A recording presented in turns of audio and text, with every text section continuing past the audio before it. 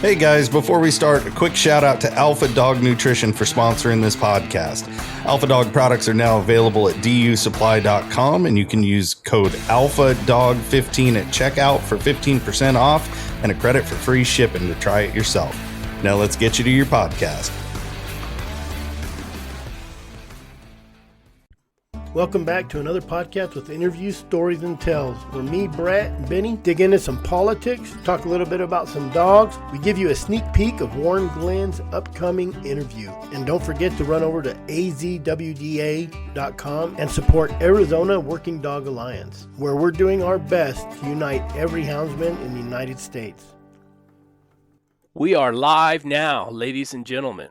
Who do we got in here? We got Mr. Anderson. Talking about a cow elk he got by Bonito Lake. Look at that. I knew Benny wouldn't miss it. Benny's always got to go to the right of us because he's way far to the right. Oh, my goodness, yes. Mm-hmm. Look at it. He even packed his little headset. I know. He's a traveling podcaster. We got Daryl Wiggins. I am. Rick Cooley. I am ready to be here. Koss River Ranch, West Siberian Laika. Laika, I pronounced that right.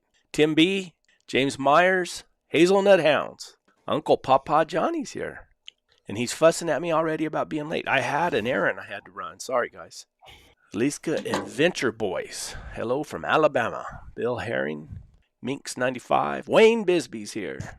Wayne. We can't tell anybody because he's at work. Yeah, so detract that. Jared Fisher. You didn't say which one. Clabber Roach. From Daniel, Wyoming. Trevin Hall. Randy Riggs, John Page. All right, guys. Where in the world is Benny right now? Sun City, Arizona, the land of the old people. Well, you fit right in then. Older than him. Yeah, that's exactly right. You drive around and look at those big water reservoirs they have there in Sun City. I installed the cathodic protection on all those tanks. I used to go over there and work quite often. Yes, you've made as many circles and loops as I have. I've made a lot of circles and loops. Worked in just about everywhere. One of the only places I refused to go was California. Hey Rick, you gotta these days you gotta explain what kind of ice you have. Immigration and customs, or they're all over the place too. They're all over the place. We're gunning the rabbits already.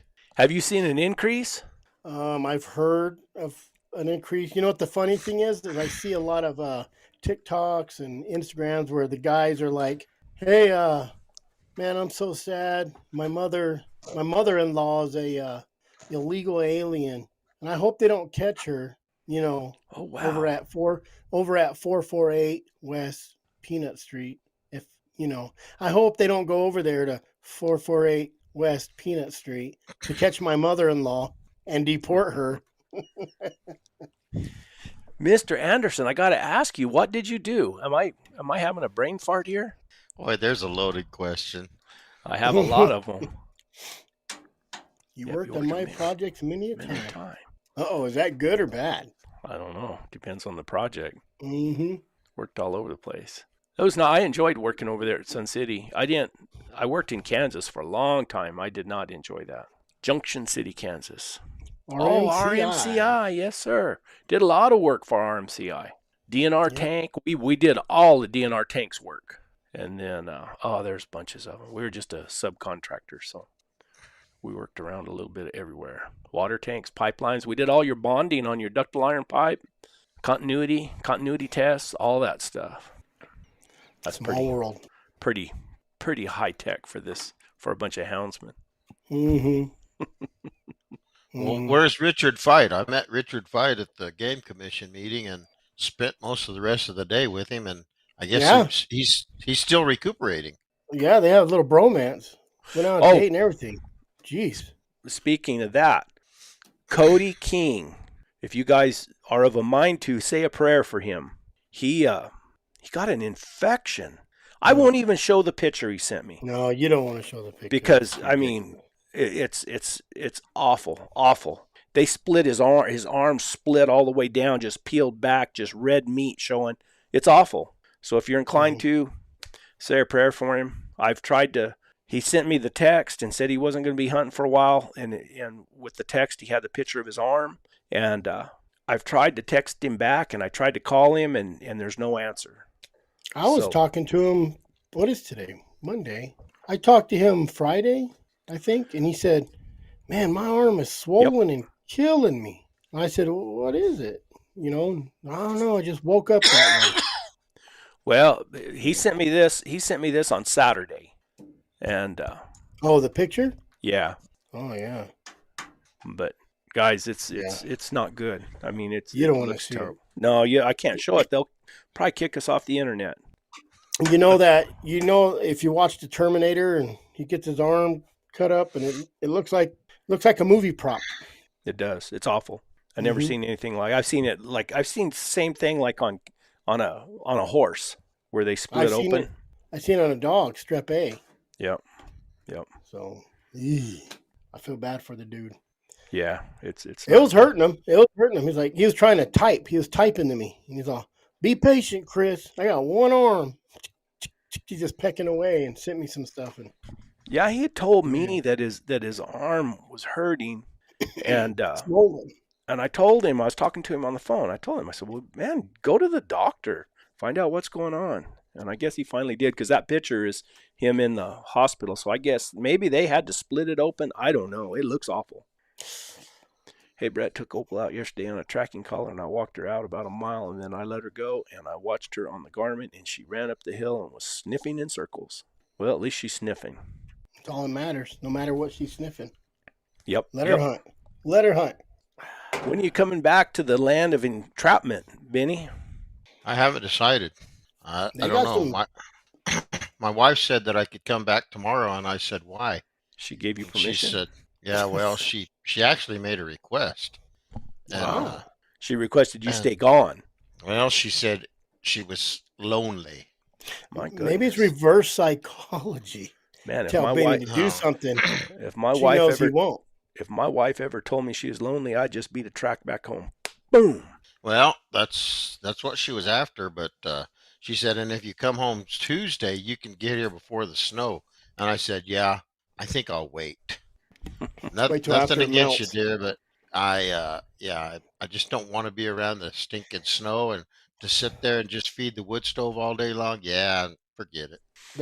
It sounds like a rattlesnake bite. That looks like a rattlesnake bite. It looks worse. It looks like one that swole up and split open. Is what it looks like. Except it goes from his wrist all the way into his bicep and twists around his arm. Guys, I know. I've seen a lot of stuff, but this is bad. Yeah, unless they cut out the infection, they're going to sew it back. Well, I imagine they were sewing it. I don't know. They have to do some skin grafts and stuff from the way that thing looks. I'm sitting here looking at it. I don't want to. It looks something like out of a movie.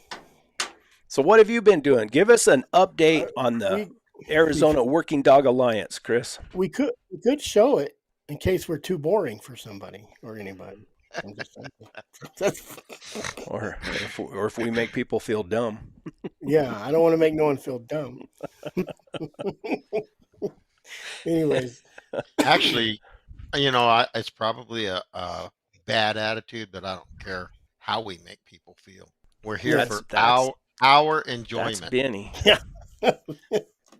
It's just, I wondered why Cody didn't answer me this morning. Yeah, he's probably not feeling too good with his arm. No, I'm just trying to get members, and I'm still getting members. Are you? TikTok here and there. Throw them on social media. This podcast, what do you call this? A podcast live show, whatever you want to call it? This live. This is a live show, and it's sponsored by name only, Arizona Working Dog Alliance. So go join. And then also from Value Pack Dog Food. They are sponsoring us. I appreciate it. I fed that dog food years ago, and then we lost our dealership. The company that had the dealership here lost it, and I couldn't get it. Just so happened that a hardware store that I know the owners, they were looking for a dog food supplier, and they started carrying it. So it's good stuff, and they support houndsmen. And that in today's, Garmin doesn't even support houndsmen. Garmin won't do nothing for a houndsman besides make good stuff. Like I said, we should look at it the right way, maybe that We should be happy that they make the good stuff for us. That whatever. Hey, I Whatever. mean, we just bowed Without- down. Mm-hmm. Yeah, whatever. Without the Houndsman, there would be no Garmin tracking collars because they bought out Tritronics, started by Dale Lee. They can pound sand. But they make some good stuff now. There's no doubt about it. You got to sell your left arm. Yes. To get it. I mean, it's expensive. Rick, he had an infection in his arm. Can you tell us what happened to Cody's arm? He got an infection in it. Now It was an infection, is all I know. And I've tried to call, and he doesn't answer. I'm sure he's laid up. Probably got him sedated. Chris Raff off a line hunt. It's funny you say that there, Johnny, because I just talked to Jared about it, and we're going to. And it's probably going to be for next January, though. But it's going to be a fully outfitted lion hunt. I'm going to cook, and Jared's going to catch you a line. He caught doubles the other day. Doubles. Hey, speaking of that, I've got some clips that I took. I started working on the Warner Glenn interview, and it's been, what was it, about a year ago, Benny? Just over a year. Little over a year ago, we went over there and got to sit and talk to Warner Glenn and hunted with John Klump while we were down there. That was and of course the interview for John Klump is on the YouTube channel, this YouTube channel, and then it was also on W Hunting Supplies podcast. So, and then I've never published the Warner Glenn. Honestly, I tried to use it for bait to get some sponsors so I could go interview more people, and I guess I wasn't using good enough bait. Nobody cares. But trust me, I know right now that houndsmen, a lot of them just don't care. I've literally personally been texting people saying, I don't see you on the membership list. I'm not on the membership on me. list, but I'm going to join Shame it. I on just me. haven't got around to it yet. I got more out-of-staters. I just had someone from Idaho just sign up. People from California. I got a lifetime member from California, $1,000, guys. Well, with what I was wanting to do, of course, I was always really fascinated with what Bruce Kennedy did. And then when I got access to the Dale Lee tapes, I mean, I did all that in good faith. I wanted to show that this is what I can do and this is what I'll do for free. You know, I could have tried to put it behind a paywall or something like that. And I just thought that once I showed good faith and then I went and traveled, did some of these interviews, that there would be, enough support where it would at least pay my way to go do it. But, houndsmen are probably like me. They're broke all the time. So nobody wants to give up a dime. Yeah. But in the same sentence, how much Copenhagen and beer and cigarettes and Dr. Pepper and beer do they buy? Stuff I that's don't even bad drink. for you. Yeah. I don't drink. This is my cigar, I think, from last week's show. I put it back in my humidor. I haven't smoked all week. No reason to. So I gave up. Hey, I gave up my smoking and drinking so that I could join, and that should be enough for anybody else. Benny's a member. And plus Benny's some. an Arizona native, though. Yeah, that is true. Yep. He cut his teeth hunting lions in Arizona. Yep. Boy, there's a lot of political stuff going on around the United States. Wyoming, New Mexico, your own state. Enlighten us. SB 5 in New Mexico. They raised, did you hear about that, Benny? They raised like the license by what, 75% or just all kinds of stuff.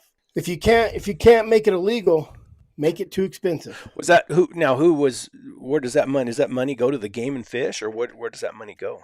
Well, and aren't they changing the name to, what are they? I don't know. They're changing it to, we're going to talk about it on Wednesday for sure. But oh, come on. Let's talk about it right now. Well, I don't know a lot about it. They're changing the name to like, what are they? New Mexico. I don't know. They're changing the name. The Game and Fish Department. Yeah. Which kind of opens it up for some weird stuff. For some animal rights activities. Yeah. Yeah. John would know better. John Rutter. I always forget. Rutter. Mm-hmm. Rutter. And he's trying to get memberships and get people involved.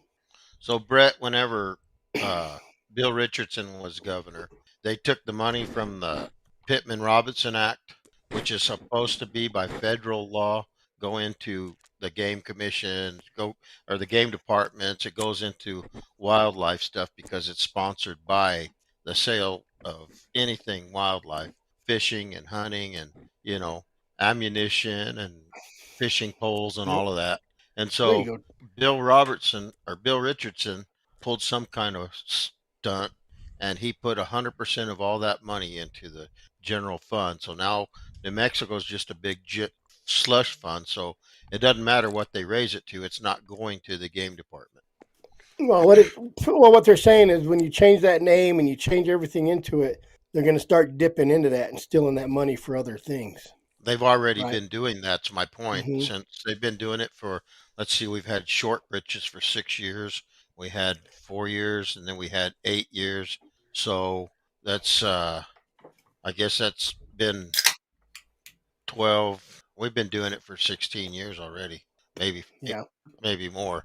Where Bill Richardson started that, and everybody, not everybody, a bunch of sportsmen raised Cain, but there's nothing you can do in the face of an overwhelming political party that wants to do what they want. Oh well, I'm no good at politics, so I leave that up to Chris. Well, just join your New Mexico Houndsman Association. Let them worry about it.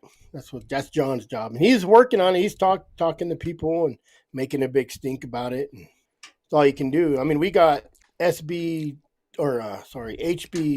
2552 that they're trying to do. I don't know if it's going to pass. We got Democrats. We got a Democratic governor, which is weird for Arizona, but it is what it is. But they're trying to make it to where the Game and Fish, you can't take dogs out of the ARS 17s. So they can't say what do you mean? You can't take it out of that law? Yeah. Or? AR 17 is our Game and Fish laws. So they're trying to make it where the Game and Fish can't say we can't use dogs. $60 million was stolen from the Pittman Robertson Fund to bring wolves into Yellowstone. So you're bringing wolves. Is that conservation in their eyes? That's what they're doing. They're piggybacking these. And Wyoming has something going on too. I just kind of seen that from Luke. I think it's Wyoming. Then Nevada has stuff going on. He said November 2024, lawmakers proposed renaming the New Mexico Department of Game and Fish to the Department of Wildlife. And then he says the proposal name change would expand the agency's mission beyond hunting and angling to support animals more broadly. That's BS. There's liberals in every state trying to. This is why, like, I just talked to Chuck Podolak tonight or this afternoon, and I have to kind of ask his blessing. What do I say? What do I don't say?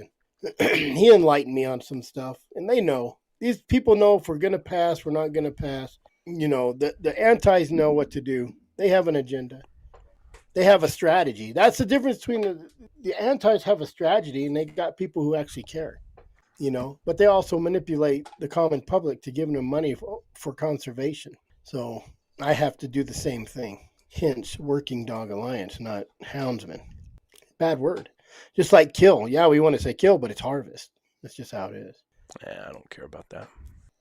No, we don't, but the common public does. That's the deal. It's the common public. No, the common public is just ignorant over what we do. That's what the problem is. It is the problem. Go through and read the comments on my Born 100. That's got some of the videos got over 200,000, 700,000 views. Just read the comments, and you'll know what the general public understands. They don't know. They just don't know. Yep. They have a vision in their mind that somebody has put in their mind of what they think it is. They think it's easy. They think you just turn a bunch of hounds loose and they run something down, screaming and barking and run it up a tree. They don't realize everything that goes into it. And how hard it is. Well, how many hound associations do you know that go out of their way to inform the public about? How do they inform them? Where do they inform them? Just like the anti-ant hunters inform them. They have people that support. They have people that support them. Oh, that's why they win. Exactly. We have people that don't do nothing. Exactly. They can't even give $50 for somebody to do something. Well, so get used to it. What do you do? What do you do? Give up? Not do it no more? So Chris, early on, exactly. That's what you do. Early on in the comments, somebody asked, how did the commission meeting go? So you and your kids, all except for my favorite welder. You all got up and spoke. So how did the commission meeting go? Oh, I think they enjoy kids. I mean, that was obvious, wasn't it? Yeah. And, they have a favorite too, So I think people think, so this is what makes me a little angry, is offense. That's all you hear is offense. Offense. Oh, you guys us hunters need to do offense. Well, where was everybody Friday? There was a couple hounds guys there that Bryce Box, he spoke. That guy can speak. I can't speak. I'm the guy that makes you dumber listening to me. So, I mean, this is like my first rodeo when it comes to playing politics, and that's all I told them. I'm just the fly in the ointment, guys. I'll be back. We all know that's coming. We'll be back again. And people understand if there was 50, 60 hunters, not just houndsmen, every game and fish, but there wasn't. There was only, 10, 15 of just people there that came. That really should be packed full. There was a gal there that was talking about trapping. That's Valerie. Did you catch up with her, Chris? Yeah, well, I talked to her last night, yeah. So she did a live last night too. But she went, I tried to go to that award banquet, and she found out some stuff there. I should have stayed. I had to get back, but I need to just start staying because I guess they talked about the hounds at the commission meeting after even. Both of those, Geisler is his name, and then Hernandez. So I gotta make a day of it and make sure you stay and talk and shake hands. And I'm a victim of my own shame when I say you guys got to show up, but you got to show up and stay. Somebody has to stay and talk and listen. I wish I would have stayed. Well, I was there. I told my wife, I said, hey, if I take off for Arizona on Thursday, I can go to the game commission meeting on Friday morning. And she says, but you're not in Arizona. And I said, I'm not going to introduce myself and tell them anything. I'm just going to be there and they're going to know. And that's all you guys got to do. You don't have to be counted as I live over here at 43rd Avenue in Dysart or, none of that matters. What matters is that they see that it's not going to be free. And this past Friday, it looked like it's going to be free. There were no antis there. Because they're regrouping, they're coming in for the jugular vein the next time. But you can't make a strong showing once a year. You guys have to get involved. You can't make a strong showing when shit's bad. I talked to some Nevada people, and I said, what are you guys doing? And then John Rutter just texted me. I got other news, too, for Brett. Brett, you got to check your email from Jason. From Jason Doobie? Should I steal Brett's thunder right now? You can steal whatever you think you can get away with. The coffee is ready for sale. The coffee is ready yes, sir. Yep. That's the first time I've seen it, guys. He just said, hey, I emailed a message, Brett, the links to his new coffee, but he is unaware. You might mention it to him. It's up and ready for sale. Check your email, Brett. Check your email. So And New Mexico, John said that the trappers in New Mexico aren't doing shit. Everybody should be doing shit. Like the elk hunters, everybody. It's not. They're not just going to stop. They know this. They haven't. They just keep going. Okay, so what needs to be done? Spell it out. You have to get involved. You have to. Okay. That's a broad. Wait a minute. Wait a minute. You wait a minute. I'll turn you off. That's a broad statement. Be more specific. Well, I got to start somewhere. You have to get involved. Now, if you don't, be more specific. I'm going. If you can't go talk and you don't know, you have to pay somebody to do this. So you have to get, like, let's say New Mexico, you have to get with an organization. I don't know if there's any other one besides New Mexico Hound. John's trying to get it back together. It went to shit. That's what happens. He's trying to get it back together and he's by himself. But I mean, I'm not by myself, but I'm doing stuff by myself because everybody else is working. I'm just a loser at home. So I have time right now. So you have to get involved with somebody. So what you're saying specific is get involved with an organization. Yes. Like the Nevada Houndsman Association, New Mexico Houndsman Association, Arizona Working Dog Alliance. Mm-hmm. Get involved with something like that's going to go to these meetings and have their ear to the ground and find out everything that's going on. I'm involved with, like I said, I'm the guy that makes you dumber after you listen to this podcast. But I talk to people who aren't dumb. I talked to Conserve and Protect Arizona. They're boots on the ground inside the Capitol. They let me know what I can say and what I can't say. Obviously, you don't want to come out and tell everybody your plans. Hey, we're going to petition the Game and Fish for this. They keep it quiet. They keep it a secret. Those antis keep it a secret to the last moment and they pull the trigger like a tripwire. They don't want you to even see that wire until you trip on it and it's too late. Here you go, Ted. The New Mexico Council of Outfitters and Guides has a paid lobbyist, Kerry Romero. Mm-hmm. There you go. So what happens is when, like me, I got with Conserve and Protect Arizona. So if you those are a broad ban everything. If you're a dog guy, you want to get. See, that's why I made it. I try to get everybody just involved. Period. I mean, I'm talking to California, Nevada. I'm talking to Colorado, Utah, Idaho, New Mexico, Texas, Wyoming. Everybody has to be together. And I just talked to a guy that knew the president of Nevada, and I said, why don't we swap affiliations? And my members are now your members. So you get all their emails. You can send them all this stuff. So when you go to these, it's kind of like a national organization. If everybody shares members, it's just an affiliate member. And you go up to this organization and say, I'm 200, 300, 400 strong. It looks a lot better than I got 20 people. I represent 20 people. You want to represent as many houndsmen as you can. Nevada's going through a thing where that's going to put houndsmen against houndsmen. Some people want a tag for out-of-state houndsmen, a draw. Some people don't. Just like Idaho. When you start putting stuff against how you got to work together, when you start working, even if you're against each other, you have to work together to figure something out. Because those antis are smart. They're smart. Just like those two girls that infiltrated the calling contest. They do that. Make phone calls, emails. I found out the SB 2552 was sponsored by Lupe Diaz. But you don't want to, like right now in the game, you don't want to just pile him full of emails. We have a governor that's a Democrat. Is she going to pass it, veto it, say go F yourselves? I mean, if you think about it, how fair is things when your president or your governor just can say, nah, vetoed, nah, executive order, So you have to have somebody that stays coherent of what's going on and can, in layman terms, come back and tell you this is what's happening. And that's what I do. I got Chuck Podolak with Conserve and Protect Arizona. He's like the Dan Gates of Arizona. So he makes me not as dumb.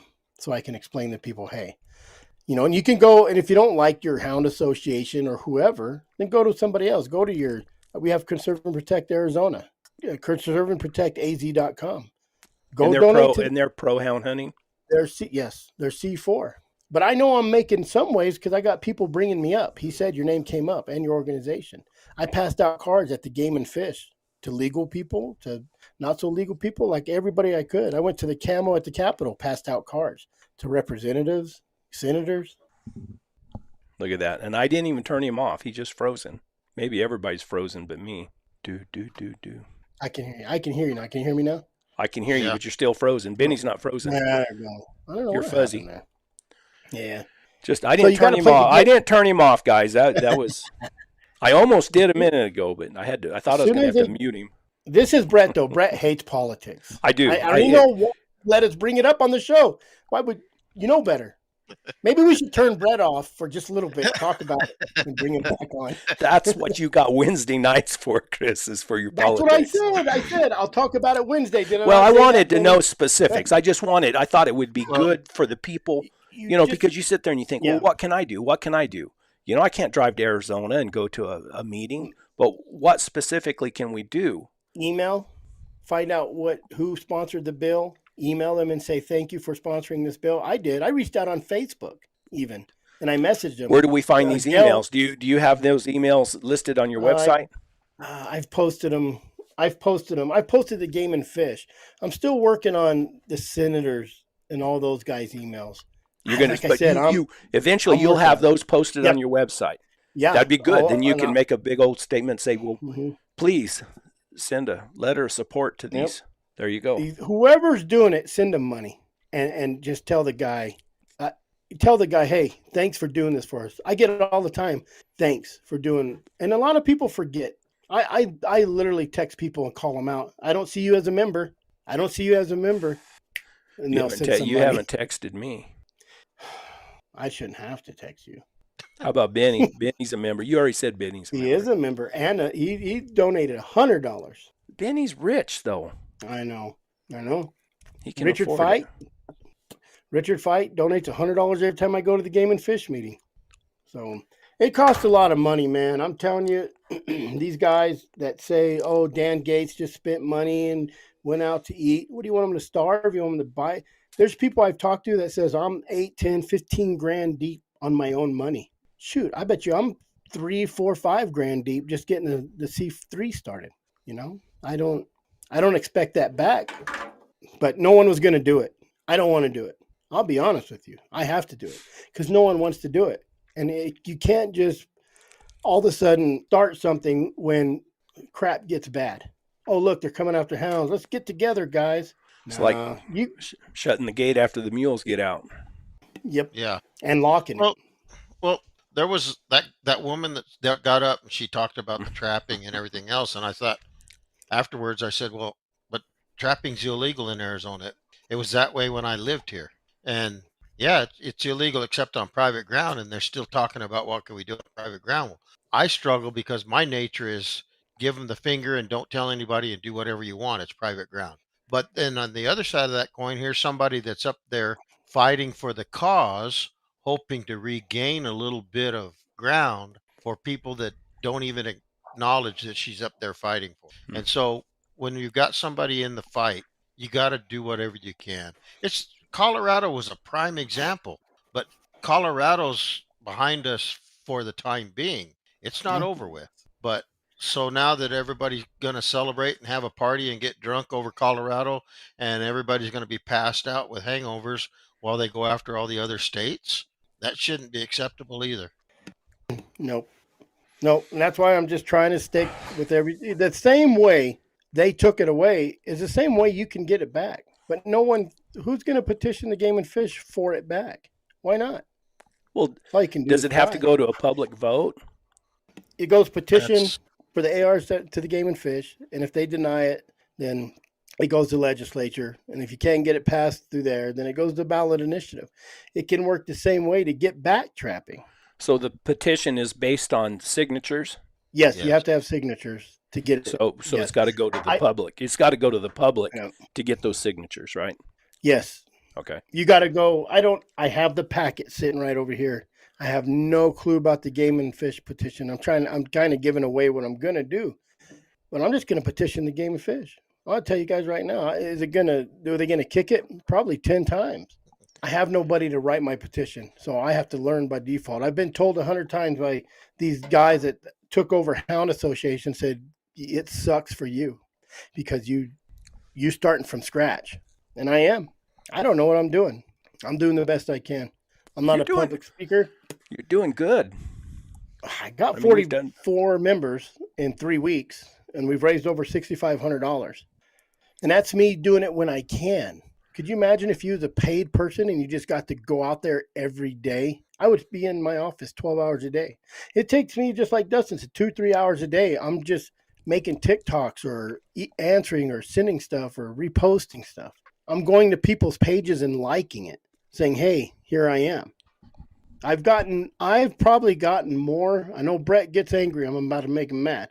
But I get more response off of TikTok and memberships than I do Facebook. TikTok's a bunch of... Did you just hand gesture me? Hey, it works, and I'll use it until it don't work. How do you know it's working? What's your payoff? How do you realize it's working? Because they email me all their stuff and say, I know who it is off my TikTok. They see me on my TikTok. So how many? You've gotten lots of emails off of TikTok then? I've gotten probably 20 members off TikTok. Have you really? That's good. Yeah. The rest of them are TikToks I posted on Facebook. Probably all a bunch of Chinese. Hey, their money's just as green as mine. Oh. Right? I gotta address Tim B's. We can't tell all the stories me and Fig have been through because that was back when I drank. I don't think the statute of limitations has run out on some of that stuff. Whoop, we froze up again. Now we're back. I don't know why Yeah. it's freezing up. That's Elon Musk's problem. I emailed them and said $165 a month, and I'm having trouble with my lives. What's going on? Just today. That'll go into that basket that nobody ever looks at. Yep. All right, let's Yep. change the subject. Me and Benny, Done with politics. yeah, this is makes me. I'm not good at it. I can promise you that. Nobody wants to pay. It's no me fun to talk about. Nobody wants to pay me to go to a legislation session or one of those things. I'll guarantee it. I would love to pay you to go to let's just so I can No. watch it. That would be a viral video of Brett getting arrested and drugged to jail. We'd have to spend all that money we made on the video to bail you out.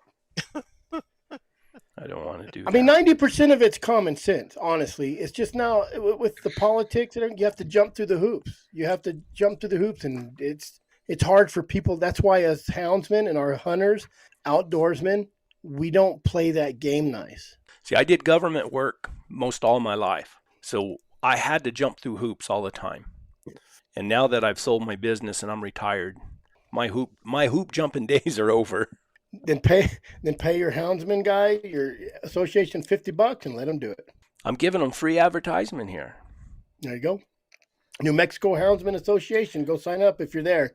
John Rudder. I've never got an email from him or anything. He probably doesn't know my email. So I've never been reached. They've never reached out to me. No, he's just getting back into it.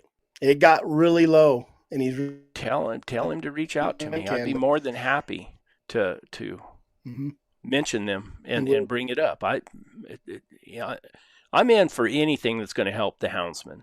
I mean, and whatever it is, that's I mean, just like all those, the Dale Lee and the Bruce Kennedy stuff that I put up. I could have tried to put it behind a paywall, but I just made it public.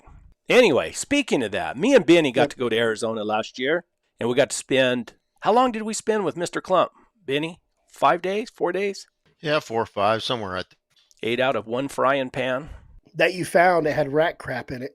Well, he cleaned it out. He wiped it out with a paper towel. and that's the only time that was the only time it was attempted to be clean to any degree.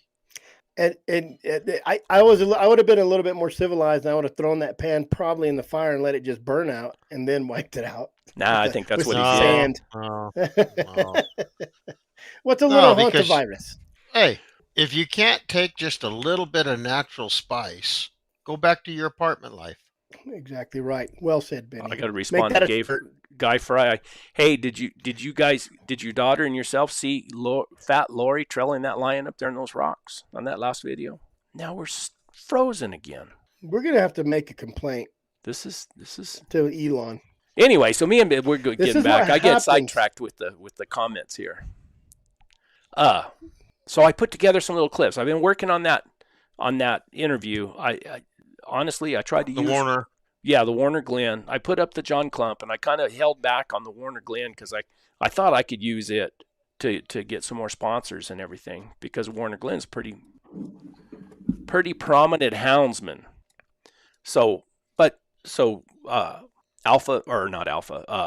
Value Pack Dog Food came through. So I made these little clips, and they're pretty interesting. For some reason, Benny, when we were interviewing him, did you not sit at the table with us? Did you stand up away from the camera? No, I was there, but I was off to the one side. You said part of the time the only thing that showed was my. Was your what? Your stash? Yeah. But anyway, so I put together some of these clips, and I thought I would share some of them. It'd been a year. I'd forgot most of the things we'd talked about. But And for some of that, that's good. well, yeah, we can't. There's some things that. Hey, there's Uncle Papa Johnny. If you go on my YouTube channel and look at there's a spread Merch. shop, and they have T-shirts on there and hoodies and everything with Fat Lori on there. She's famous. Fat Lori's famous. I need to get one to wear on this show. Yeah. Anyway, so here's some clips. Here's one of the clips. We'll play it, and then we can have a discussion over it if you want. Make sure it comes through. We got a couple of good running walkers out of some folks in California, and turned out to be one of them, we had two, Hook and Horn. And Hook ended up being one of the best dogs I've probably ever had. Really? And Horn was just there. He just wasn't that good, but Hook was one of the best dogs, and he was smart along with it. What made him? Was that? I mean, what do you think? What would be the traits that made him good? Okay, when I'm talking, if he trailed a big old bluff somewhere and couldn't get up through, he would figure a way to go around. He wouldn't waste time barking just because he couldn't get through. He would pull out and go around and get to the top somewhere. Now, isn't that interesting? Because I have some dogs that when they get bluffed up and they get hung up, they don't go around. And a running walker too. Cody King would be proud. I mean, because that's a big. Everybody says that running walkers won't hardly work out here in this old dry desert. Individual dogs and everything. I would think so. Yeah. Yeah. Hey, you know what's neat about that, and it doesn't show. It's too bad, but you can see on the wall there. There's a huge painting. I don't know how big was that painting. 6 foot by 5 foot, or 8 foot by 6 foot, or anyway. Somebody painted a picture of that jaguar on a rock, walking across that rock, and that's what's in the background that's not showing. Well, I went there to film Mr. Glenn, not the painting. Well, that would have been a bonus. Well, we probably got it somewhere in there too. You're going to have to watch the whole video. Oh, look at that. That's why it says teasers. That's why it's a teaser, guys. It's going to be a good one. Anything with that guy, just listening to him talk is a good one. Such a genuine, humble man. I mean, oh yeah, it's amazing that, and he treated us like kings, didn't he, Benny? I mean, yeah, like I was from what? Yeah, Fox News or something. I mean, he was a genuine, nice, super good people.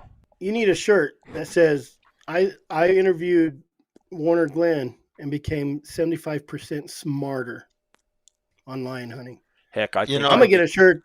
I'm gonna get a shirt that says, when you listen to my podcast, you'll be dumber. The first time that I went down there, my wife, we were headed to Phoenix for Thanksgiving. We had a week, and she said, I don't want to go to Phoenix for a week. I said, yeah, me neither. And she says, well, don't you have some people in southern Arizona you want to go see? And so the Glens, Warner and Kelly, they were part of that. And so I got in touch with Kelly, and they set up a lunch for us. And the first time that we met them, Kelly took my wife. She knew that she wouldn't be interested in listening to hound dog stuff. Kelly entertained my wife, took her off and showed her all the stuff. And Warner and I sat down. But then when they fed us, you experienced that already, Brett. But they did. And I told Kelly later on, I said, hey, thank you. You guys treated us like we were some kind of famous royalty, and we were maybe even some high political razz or something, movie stars and such. Just rolled out the red carpet. And she said, no. She says, we appreciate you folks, and we like getting to know you, and we wouldn't treat other people as good as we treat other hound dog folks. There you go. So, there you go. And that's exactly why they did what they did to meet you too, Brett. Exactly. They were, and you know, and I won't say any names, but I've talked to some people that, you know, just trying to get their story, wanted to hear how they got started and everything, and just been totally blown off. Not even, no, I don't do shit like that. You know, just, okay, I'm sorry. Just trying to preserve the heritage, you know. Here you go. Here's another one. Listen to this one. And early in about 1950, mid-50s, 1950s, we filmed a little film for Walt Disney called Wetback Hound. And they brought a trained hound that was started, not online, but just obedient started. He was a trained walker. And that was that was one of the smartest dogs he was the star of the picture. Mm-hmm. The picture was Walt Disney put it out. It was a live action short. And, when it was over, Daddy tried to buy, Paco, that was his name.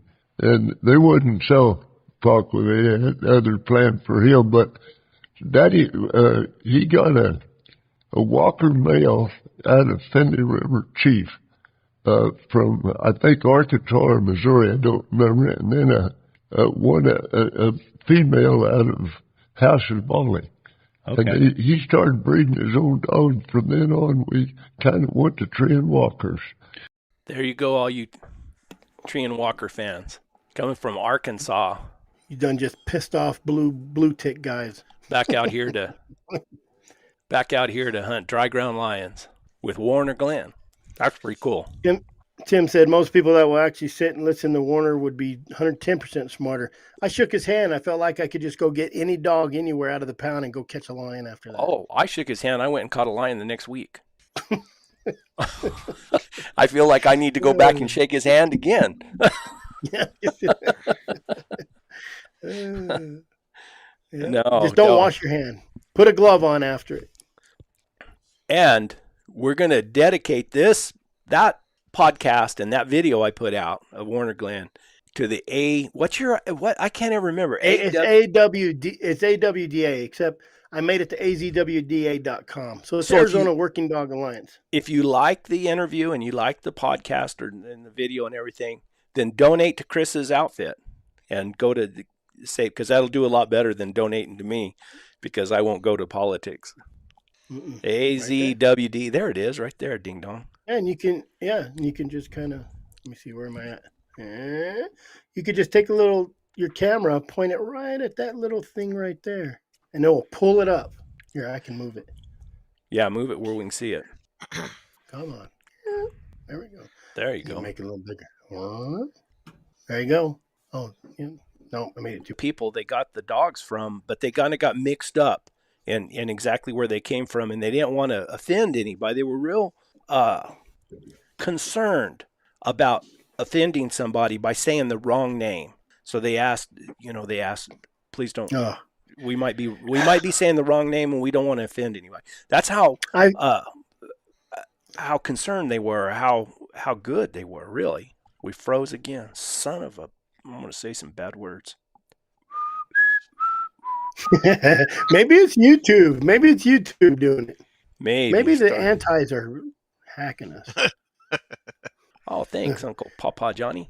He did. He just texted me, and then I had two people so far join. Good. And I don't know when I'll have the whole thing out. I'm still working on it. There's a lot of editing involved in that. Remember, Benny? Yeah. Because we talked. I left everything. We talked for what, hour and a half? Yeah. Well, I sat down and we started just talking. Forgot everything was still on. And you have to. There were some things that we really didn't want. There was people that they shouldn't hear it. Yeah. Just people. Not anything against the houndsmen or anything. The houndsmen were all right. But if it becomes some public stuff that they really didn't care to get out. And they got into politics. Yeah, there was some politics involved, and that was when I didn't like it. I noticed that you didn't pack up and go home. No, I'd listen to him. I'll listen to him talk politics.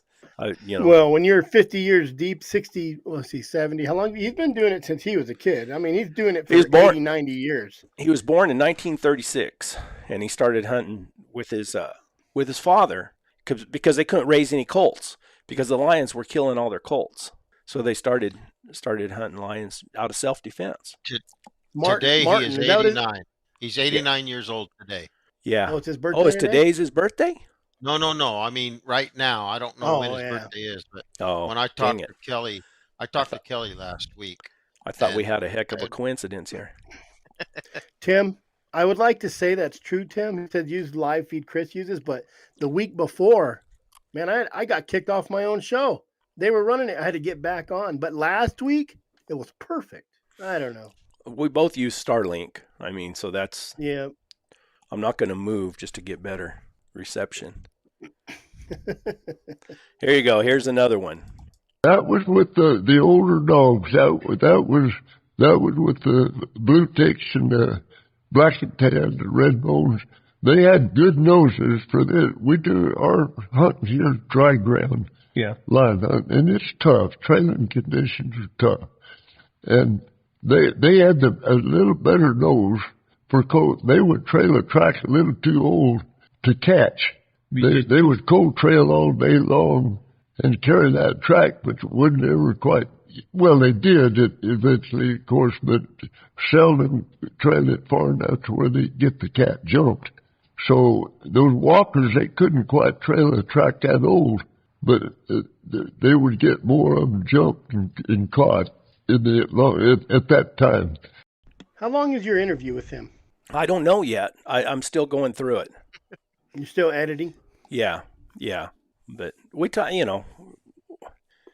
I'm interested when I talk to those guys. I'm interested in the dogs, and then also, the different aspects of hunting lions dry ground, what their experience has been, and the lions. I like to hear about their ideas and their what they know about lion habits and where they go and what they do and those kind of things. That's a guy who knows lions, not just dogs. Man. He knows lions. Yeah, and well, here, listen to this other one right here.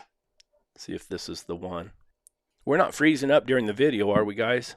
We only did once, right when he said wetback hound, and it cut it out. So I don't know if you cut it out or. I tell you can catch a tom out of a country, and in sometimes a few months, sometimes a year, another tom will come through there, and they'll make the same route. Same route. And it's just traveling corridors that those lions like. So you got a paying customer, a paying client, and you're heading out. You've been in this country long enough. You know all those places to hit. We do, especially for males. Now this is going to sound funny. If you hit a track and it's going here and there, once in a while it'll be a tom hunting, but usually if they can't figure out, if that cat can't figure out where it's going, it's a female. But because they're more, and they're harder to trail. Number one, they don't leave quite as much scent, and also they do a lot of crooked traveling through the country. That wasn't the one, but there's another one where he addresses that about helping the hounds, about how much he has to help the hounds, especially in the bluffs. He talks about it up in the bluffs, how, you get up in those bluffs, and I've had some experience in that, and I'm not very good at helping them, but how he has to get up there and help the hounds and help them, get around or move them to another spot, because they get balled up. And like he was talking about that running walker that he had, Hook, I think is what he called him, and Horn or Hook, one of them. So that dog would just sit up there and he would start moving and casting out further, looking for a way around and trying to find that track. Hey, real quick, for you guys having problems, restart your YouTube, because last time it did this, a lot of people restarted their YouTube and got back on it, and it was fine. For you guys saying we're lip syncing, our lips we're Chinese movie and Kung Fu movie. I'm just going to lip talk. So when they restart it, they won't know what we're saying. Sorry, I didn't mean to make you guys dumber. Sorry. Look at that. Johnny, I just got the notification that there was another order in my spread shop. Thank you very much. You know what?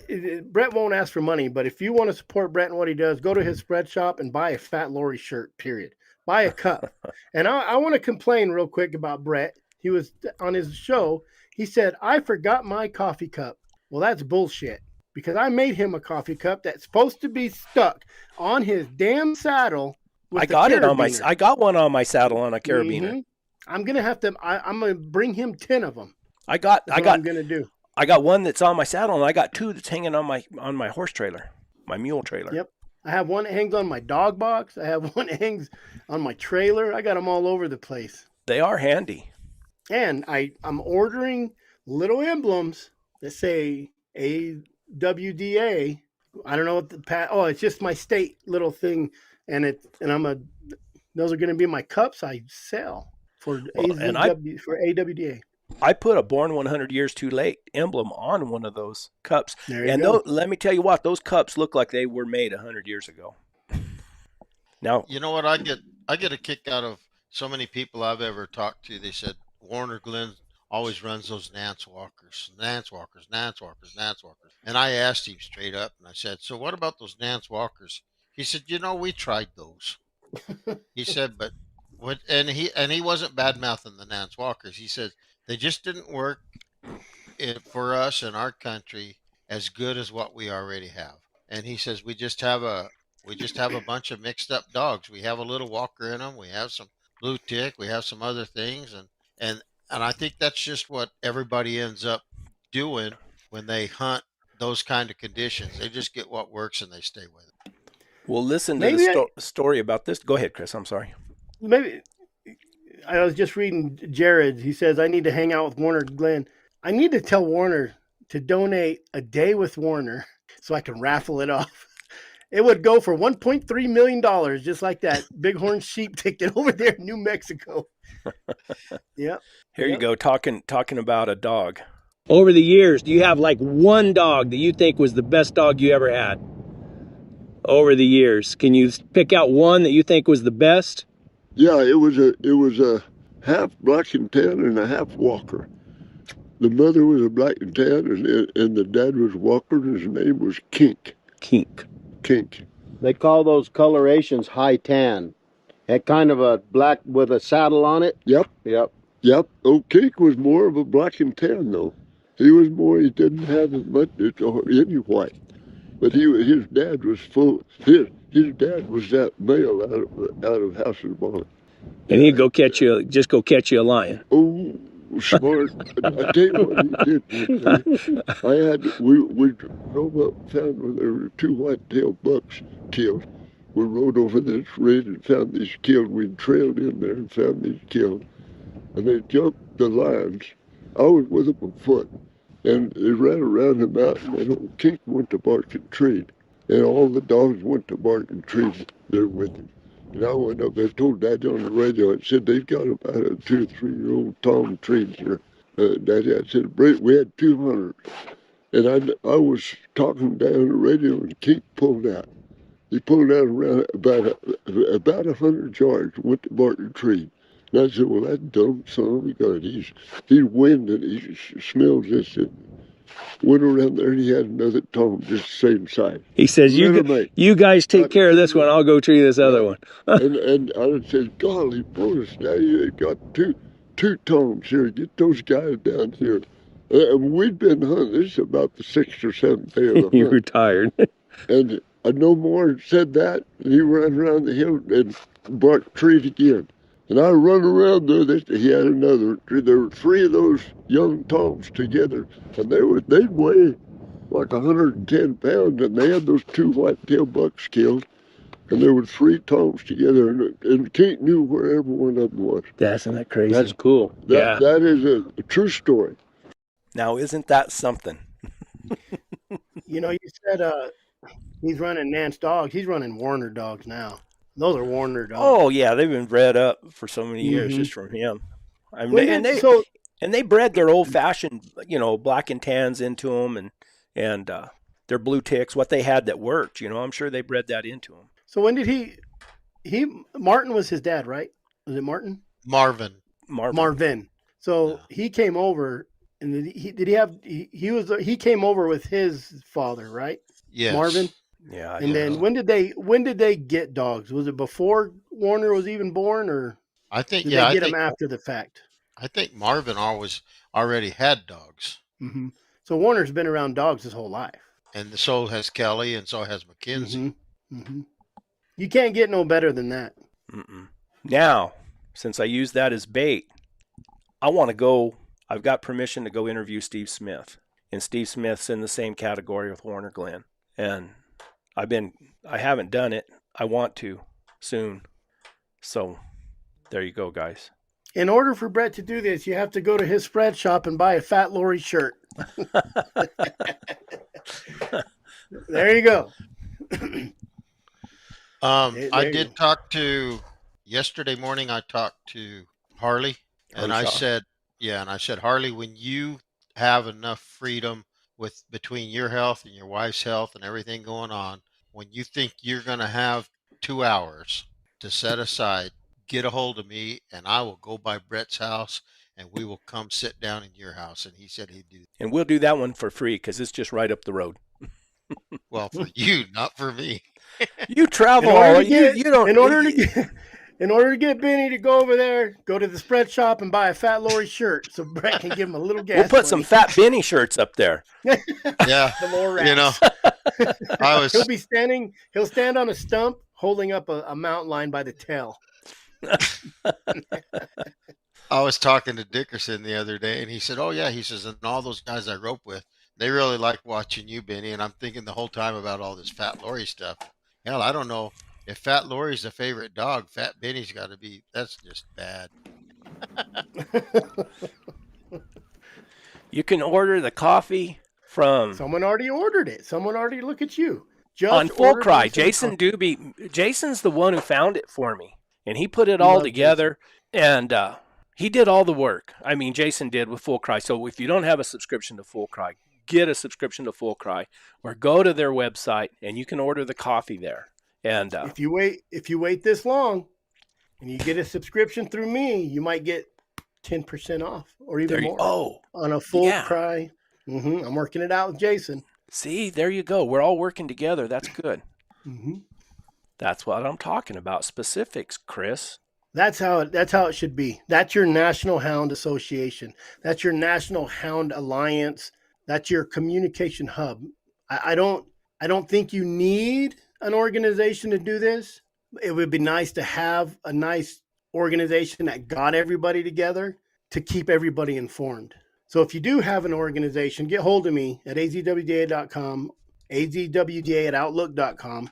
And if you have an organization, I have on Facebook, I have a group. It's called the Dog Alliance Communication Hub. And I only let organizations in, their presidents, their members that they let in. So we can share back and forth. You might be able to look it up. I have to look it up what it is. I think it's just United Dog Alliance Information Hub. It's a group I started on Facebook. And it's all full of just members from other states. Just to say, hey man, we got a problem here, Wyoming. They got something going on too. I'll have to figure that out. I'm gonna figure it out before Wednesday. New Mexico, SB 5. I think that's a big no-no, and it's already passed. Like the first their little vote, it's already passed. You guys got to get hold of your New Mexico. That's kind of the important one right now. Arizona, we're just kind of working it out, and we're trying to put a little oil on the ground so they slip and fall and make it hard for them to take us. But New Mexico right now, we froze again. Freeze up. Yeah, we're back. Oh, okay. You don't have to be a New Mexican. I have people all over the country joining me. It's great. I love it. So go to New Mexico, join theirs. Froze again. How come every time I talk about it's doing it again? I don't know. I don't know what the problem is tonight. I won't say that word no more. We'll have to have code words for it. It's frustrating. Go join your state group, guys. Go join your state group. Here. Dad gummit. Now we lost Benny. Benny gone. Did we lose him? Now we totally lost him. He'll be back. He'll be back. He was about to say something important. Anyways, let's get back to Warner Glenn. Great. There, what do you got to say, Benny? Just say it. I was just going to say, Brett, you got some more merchandise stuff over there. We'll have to get Wayne Bisbee and his daughter, Benny's little friend, to come up with the Lorax with the spear, and you can sell that on your merch. Yeah, there you go. Mm-hmm. Here you go. There's the coffee. Full Cry webpage. There you go. Do they have some sort of code you can put in, or is that it? No code. You just order the coffee. Just order the coffee. It's already discounted. Look at it. If you go, Onyx supports me, and there's a code. I think it's B100. Oolite, they support me with a code. Mountain Ridge Gear gave me a code. That's the stuff the panniers and the saddlebags and the cantlebag, all that stuff I use. That guy's a good guy. Eric, what's his name? Eric Lynn up in Colorado. Walking H Saddlery here. They're here local. This guy's he's a heck of a craftsman with leather. I mean, he does really, really good work. He made me some leather cuffs and some stuff, and he's supposed to send me a bunch of pictures of all these things that he makes, and we're gonna put them up. I have a website. I don't do any of that. I hire a guy to do that because if I did it, there's no telling what it would look like or if it'd ever even be public. It's all I can do to make I can hold a camera and I can edit, and that's about the extent of my abilities. And I can freeze up. Yeah. You know, I just checked my speed and I'm really good. Really high up there. I don't know what's going on. It must be YouTube. I don't know. Maybe. I don't know. But anyway, there you go, guys. There's the whole story. Did anybody see the video, the little video? I made a little teaser video a long time ago. Just what would you call it? Trying to get attention, I guess. Mm-hmm. Is what it was. You was shaking your ass, so they come in. I was showing some cleavage. Big Benny. That's what we're all after. It's not Fat Benny. Big Benny. That's a little more polite, isn't it? Well, yeah. Here's the trip when me and Benny did go to Arizona. That's my little effort at being cinematic. You know, the best interviews are around the campfires or just walking around with the dogs. You know, Kennedy did a great job on just interviewing people. He's a pioneer of sit-down interviews, yeah. Yes. But I'm really happy with the volume of Warner Glenn, how clear he is. It's hard to hear him sometimes because he talks so low, but around that table and outside, you can really understand him. You reckon that some of these guys that we talked about, maybe I could just go load up and go hunt with them and film it? I think, and then you just sit down, you get off your mule, you drink some coffee. Mike Roots, what a help, man, when you sat down and you're like, oh my God, what do we do? And he says, let them dogs go. And you just talk to him right then for that hour you were cooking coffee. Oh, when we caught that Tom lion up there, and tell you what, now Mike Root, he's a hoot. Now that guy, that's worth another interview on the trail interview. And I filmed. I mean, I didn't film a lot of our conversations except for when we sat down and talked. But I spent a couple days with him and his. He had some hunters from New York that came down. But that was a lot of fun. That was an education. I got a really good education out of that. There, Rick Cooley, there's so many people that talk to coon hunters. Is there anybody who does an in the field interview with coon hunters besides just podcast? Yeah, Bruce Kennedy has a bunch of those. I got them here. I never made them public. I probably should do that. Maybe you ought to put a couple of those. Maybe we'll do a show and try to get some of these coon hunters on here so we understand, because we don't coon hunt like they do back east. I mean, they're in it. They got money. They're like bird hunters over here. They got the money. They spend that money. But, yeah. I mean, we're all wet. Yeah, and they go compete for what? Oh, $100,000 $100,000. Yeah. So here you go. Let me see if I can do this. I will, Anderson. And most of you guys, if you want my contact information, is either find me on YouTube. You can go to Arizona Working Dog Alliance on YouTube, or not YouTube, Facebook, and just message me. And you can message me there, or Chris, I don't know what my thing is. Maybe Chris MF Watson on Facebook. No. Chris MF Watson on Facebook is my backup when they kick me off. But Zuckerberg said, freedom of speech, guys. We'll be all right. Is that what he said? Freedom of speech. That's what he said. I think he's been called out on it a few times. So, yep, I'm easy. I'm probably going to have to get another phone just for Arizona Working Dog Alliance. So. To be able to keep it. Oh, yeah, because I get a lot of Eastern Indian calls, and they don't know Spanish. Here, watch. Let me see if I can do this real quick, guys. See if it doesn't freeze up. I'll show you something. I'll show you what I got. I did digitize it. I took it off of a DVD and digitized it. Let me see if I can do this real quick.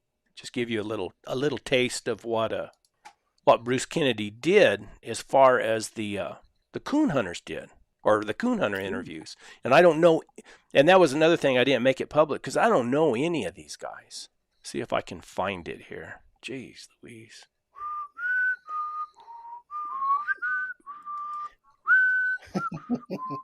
Sorry guys, I'm a little bit slow. It's all right. When this goes to podcast, I'll cut out all the nonsense. Yeah, you just got to be patient with us, or patient with me. I wasn't ready for this. I didn't know anybody that listened to this would be interested in the coon hunting. Of course, and one of the main reasons I went and did all these and did the Bruce Kennedy thing, the Dale Leaf, because I was so fascinated with lion hunting. And Arizona Working Dog Alliance on Instagram too, Russell. Let's see if this works, guys. Let's see if this.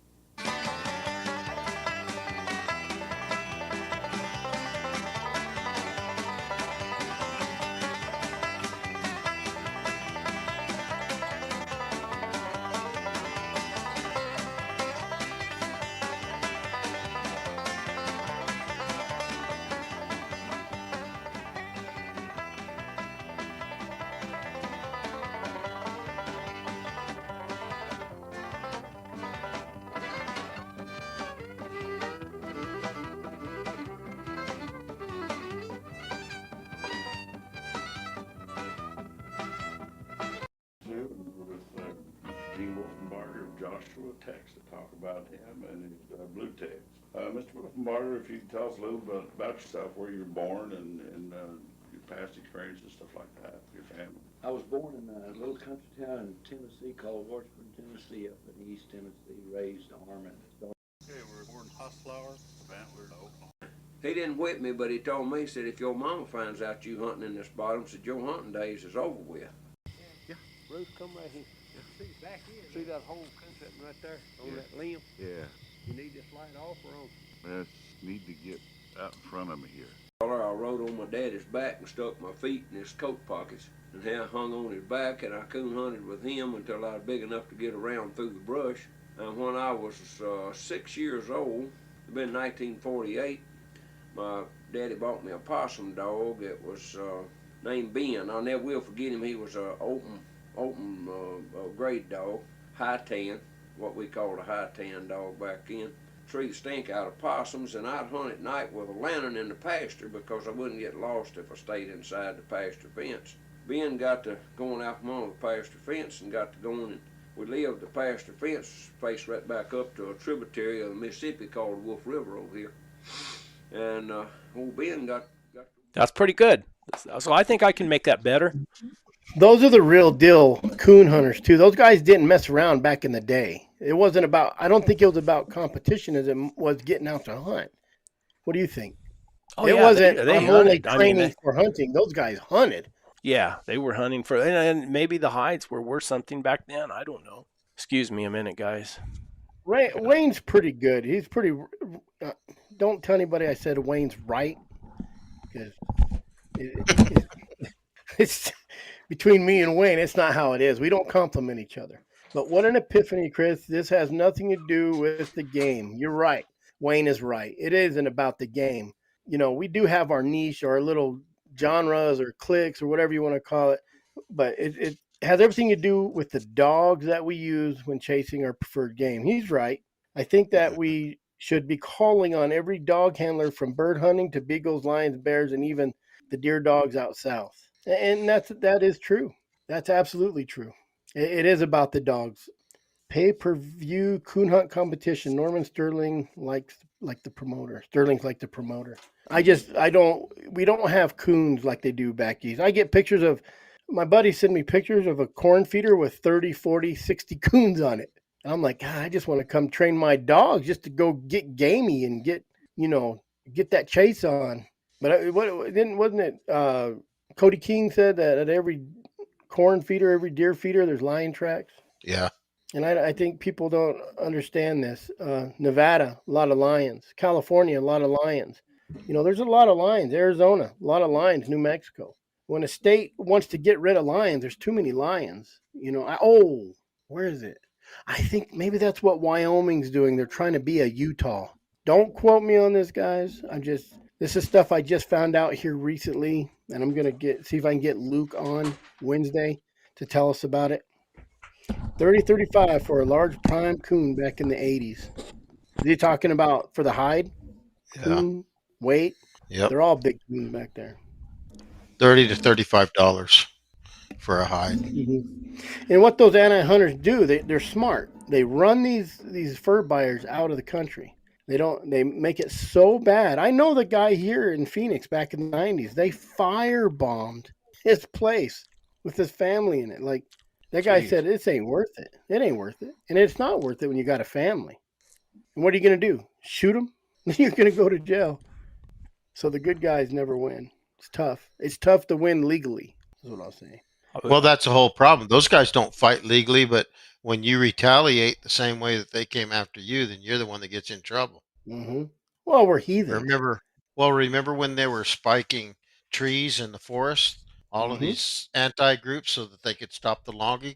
And they would claim, hey, that last spike that took out that logger when that chain came apart and blew up his chainsaw, yeah, we take responsibility for that. Nobody went to prison. Nobody got arrested. I always thought somebody should burn down in their house. Benny, we got a question for you. Explain this. Do some splaining. The difference between a black and tan and a high tan. A high tan is a cross between a black and tan and a walker. And the color that comes out is a high tan. You've seen some of these dogs that have a kind of a black or a brown or tan shoulder and legs and stuff. And they'll have either a red or a black saddle across their back. That's a high tan. And that color phase is direct result of the cross between a black and tan and a walker. My bean dog that came from Breck Bean is a high tan. Jared Nichols has a whole slew of high tans. That 20-book leader. Yeah, I was just thinking while I went out and took care of business about we've had over 100 people in here. There should be at least 30 that joined that AZWDA with Chris. If not, I'm not going to do this anymore. I'm going to move. I'm going to move over to TikTok. It's what I'm going to do. Dang. Wait. And I guarantee, so this is going to start the whole deal. I'll guarantee that Brett is willing to write a check that he's not planning on cashing. I'll move over to TikTok, and so all the Chinese can watch us talk about hound dogs. Yep. Trump's going to shut it down anyway, though. There is an American-owned TikTok. It's called Clapper. I just found it. Was there like 10 people on it? No, there's actually quite a few refugees from TikTok that went over, because what happened with TikTok, let's just make you guys a little dumber right now, is everybody deleted their TikTok off their phones. I didn't. I knew it'd be back. How did you know? I knew it'd be back. There's too much money in it. All these election guys, they use that platform to get people. I seen it. Now, Apple took it off of Apple. You couldn't buy the app. You can't get the app now, and they're not bringing it back yet. I don't know why. That's kind of a FU Trump, I think. I'll be honest.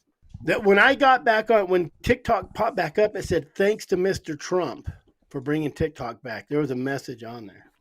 Thanks to Trump's hard work or whatever it said. Well, TikTok's all short form content, isn't it? I think you can go up to 10 minutes now. I know it's 3 minutes, maybe 10 now. So you put. They are catering to the younger, shorter attention span people. It started out really short, 30 seconds. I think is what I only caught the first 3 words of that last phrase, Brett. Could you tell me what the last of that part you said? My attention span's starting to wane.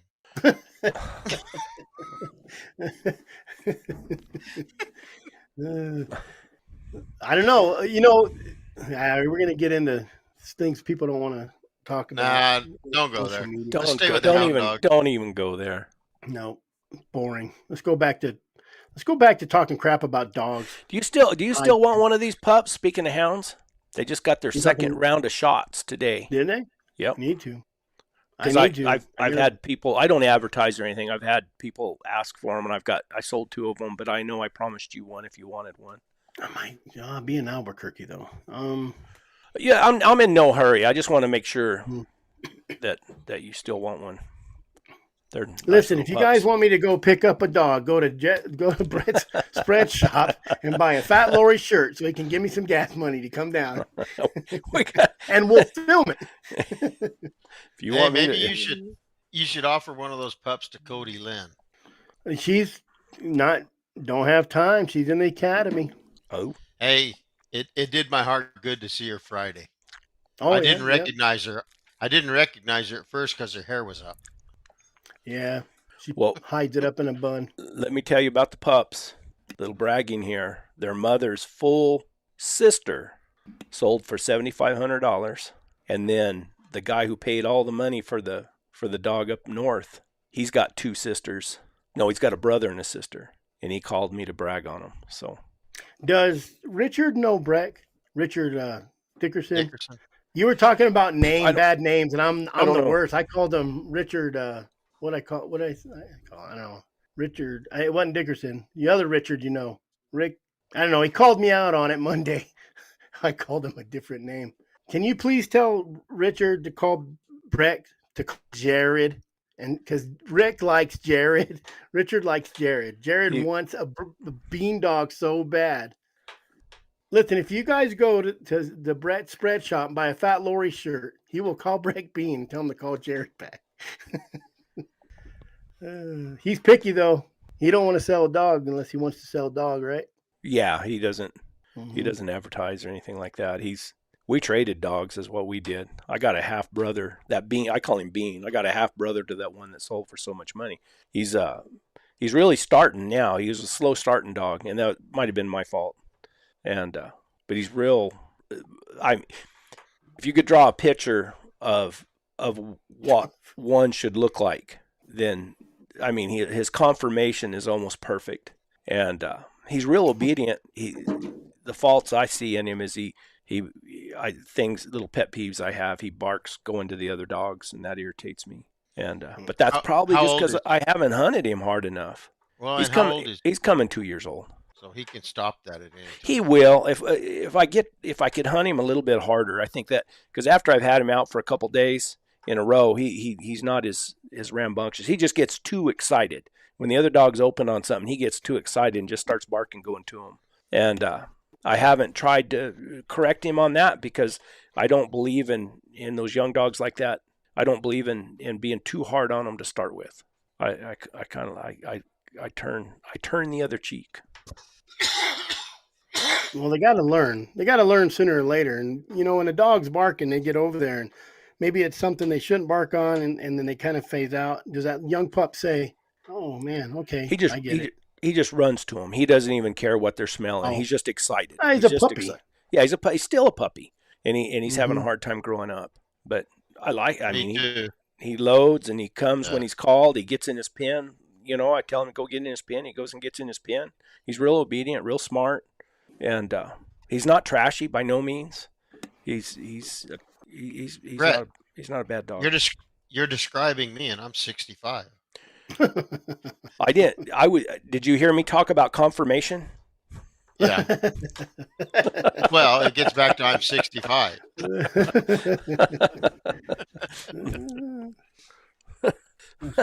I'm not talking about a basset hound, Benny.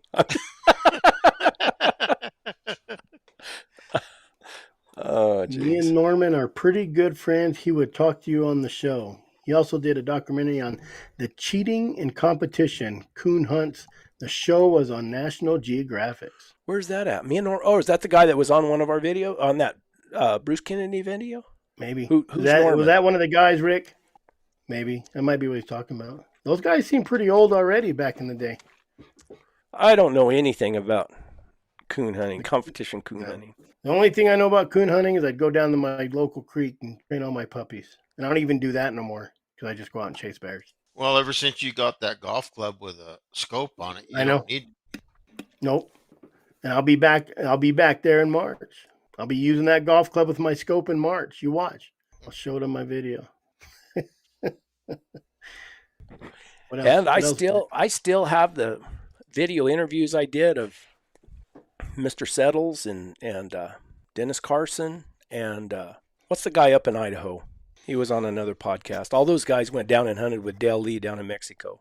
And There's kind of a wild story about that trip, and they're all Is that the kind one of, you're kind of waiting for everybody to been waiting. not And be a witness?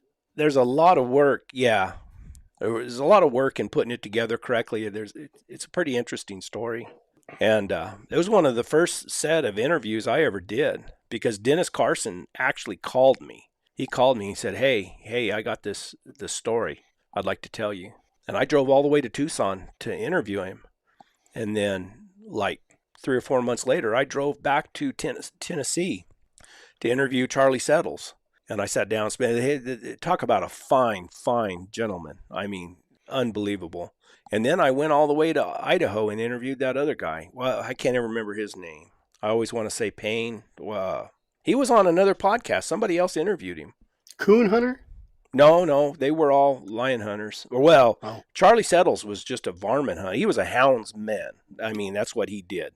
He ran lions and jaguars down in Mexico with Dale Lee. And then I've told the story before, he went and hunted California back when it was legal. And then he moved to Canada and he trapped and hunted with his hounds for 5 years for a living. That's all he did. And he's just a real fine gentleman. He passed away now. You need to look through your archives too, because you interviewed Joel Garnett that you haven't turned out. I think they turned it into a podcast, didn't they? I don't know. I haven't heard it, but that doesn't mean anything. I got Hootie Shaw that they turned into a podcast, and I never shared it on my Interview Stories and Tales channel. I think it was Hootie Shaw, but I don't think it was the other guy, the Garnett. Joel? I did do Joel Garnett. I'm pretty sure. I'll have to check. I kind of got disgusted there for a little while, honestly. I thought there'd be a lot more support for it. You got that way just tonight. Well, George Pavey, that's him. Yeah, I went and interviewed George Pavey a long time ago. Jared, I swear Jared either watches or reads everything about hound people. Richard, this is why Richard dotes on Jared. He knows all these guys. Like he up there and he said Marvin didn't get hounds till Glenn was born. Is that true? Probably true. He is a student of the game. He lived in Tucson, then moved to Idaho. Yeah. Look at Jared. He's our encyclopedia. That's him. I drove all the way to Idaho and sat down and interviewed him. So, Jared, all you got to do is swing by Southeast New Mexico, and we'll go to the Davis Mountains, and I will take you up to Brett Bean's house and knock on his door. I'll meet him. He's already in his truck. I'll meet him, and then I'll introduce you to him. He's already in his truck. Well, I'm not. He's leaving right now. Yeah. Well, I'm just an hour. He's going to come through Sun City and pick you up right now. There you go. I'm an hour and a half north of you. I tell you what. We might be able to do is when Rick Dickerson comes down, because he wants to come down and hunt with me, and maybe I'll just tell him load up and go hunt with you, Jared. I think he'd like that. He would. Dickerson would like it. Yeah. Let me see where he sent this. Brett Vaughn. I'm going to send this to you, Brett. This was sent by Rick Cooley. Let me see if I can do this. Here you go. I don't know if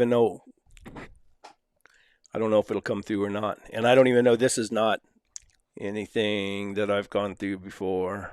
Well, you can't get no dumber than making people dumber. Just do it.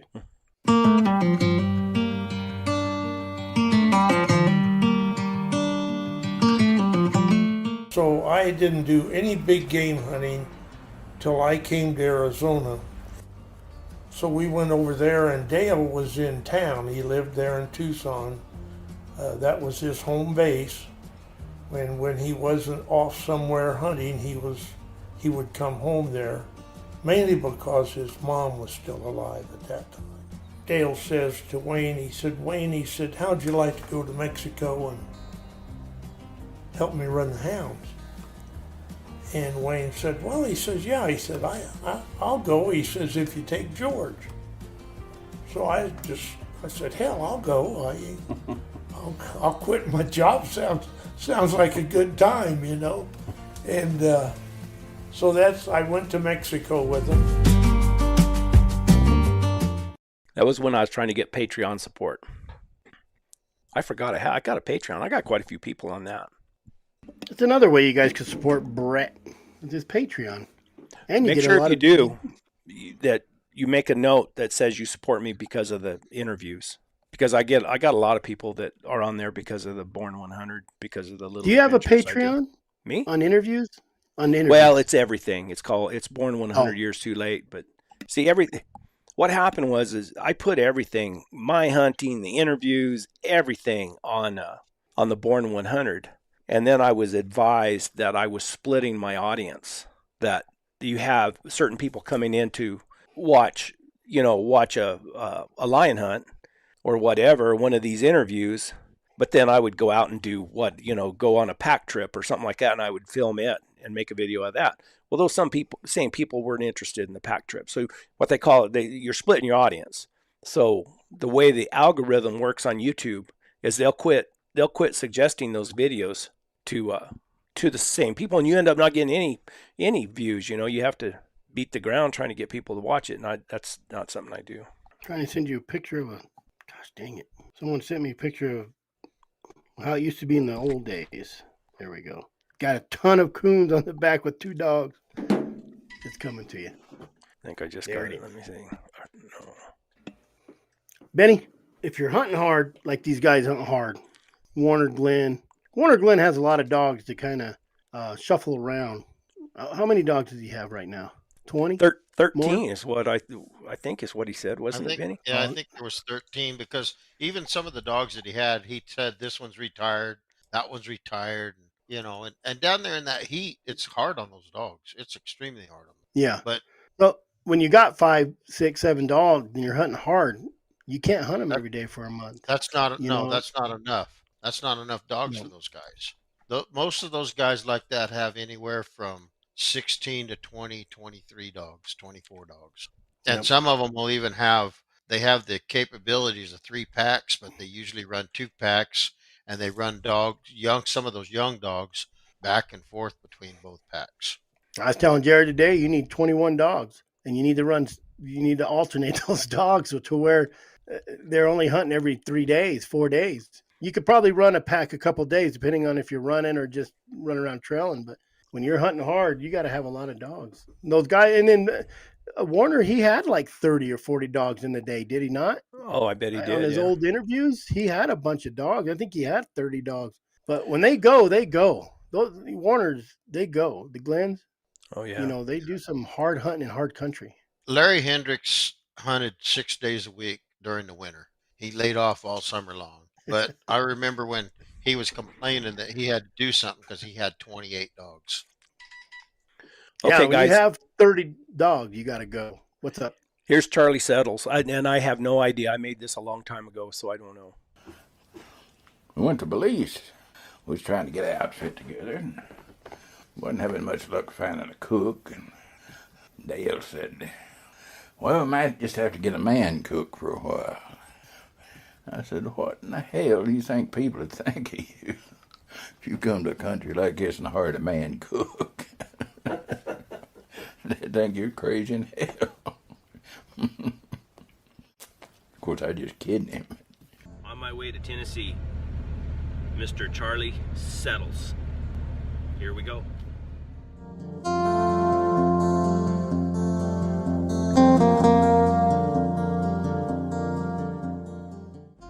Day 2 on my way to Dover, Tennessee to see Mr. Charlie Settles.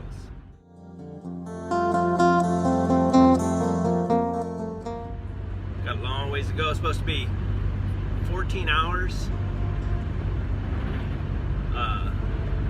from here to Dover.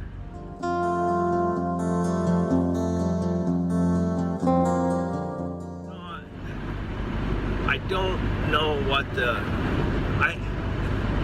I really can't get a feel for whether people are interested in this or not, you know what? And I debated for a long time about whether I should do it. From talking to the man on the phone, it just seems like, he's going to have some outstanding stories. And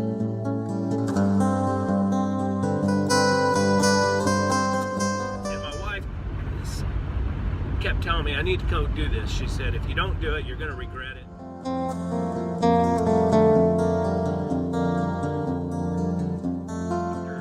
My wife talked to Mr. Settles yesterday, and she just said he's so excited for me to get there, and one of the things he said that was really, kind of sank in is, here's an 86-year-old man. He's in the later years of his life. And he said, nobody's really interested in my stories anymore.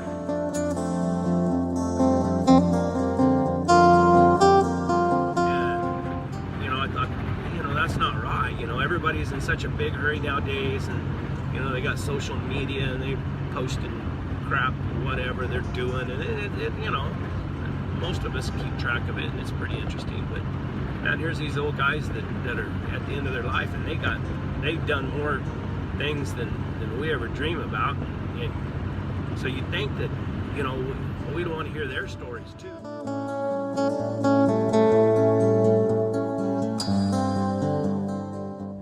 So that's what I'm doing. I'm going to listen to his stories and hopefully get enough good content that people are interested in it, and they're interested in it and they get something out of it, and then that old man gets somebody to listen to his stories again. Yeah, a lot of people get the idea, oh yeah, shit, they'd like to hunt, they'd like to try that, but one trip usually does it. That's all. To go out and catch something real easy, yeah, that's fine, but you go out and don't have any luck, have to put a little effort into it, get kind of tired and hungry, hell, that hunting not so wonderful. That was Mr. Settles. Still kind of gets me right here when I think about it. He was such a fine, fine man, and no BS or nothing to him. He was just genuine. Wayne, who are you suggesting we get to go to the rendezvous? Breck Bean, I think he's talking about. Yeah, I would be surprised. Speaking of rendezvous, you can go to azwda.com and you go down to where it says rendezvous, click on it, and it'll take you to the AZHHR page. And there's a link that you can order your dinner already. Who's this, Chris? For the rendezvous. It is, let me go to someone sent it to me, and it is Jerry and Donnie Quinn. They must be watching the show, but they sent it to me back when they were worth something. Yeah. Like Benny was saying, what were they, $30-$40 a pelt? Yeah. Someone was saying. That's a lot of money up there. Plus, I don't know where they back east. Some of those guys eat those. I've seen them pit them, make them good. Anything's good in a pit, right? Yes, sir.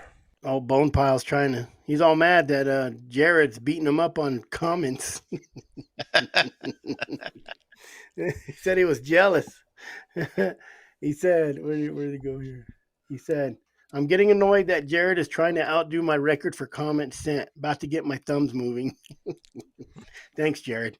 Thanks a lot. A lot of good stories there. A lot of those guys that are about to expire in life.